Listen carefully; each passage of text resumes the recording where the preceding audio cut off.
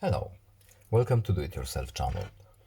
Today I will show you where to find the option and how to turn on the swipe screen to take a screenshot in Samsung Galaxy S22. We have the option to enable taking a screenshot with a gesture. So where it is and how to turn it on. We need to go to settings, then we are looking for advanced features here, and in motions and gestures menu we have at the bottom palm swipe to capture. So turn it on. What does it do? Swipe the edge of your hand across the screen to take a screenshot.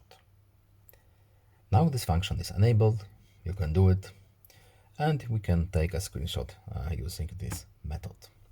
That's all. I hope this video was helpful to you. Please leave a like and subscribe. Have a nice day and see you in the next video. Bye.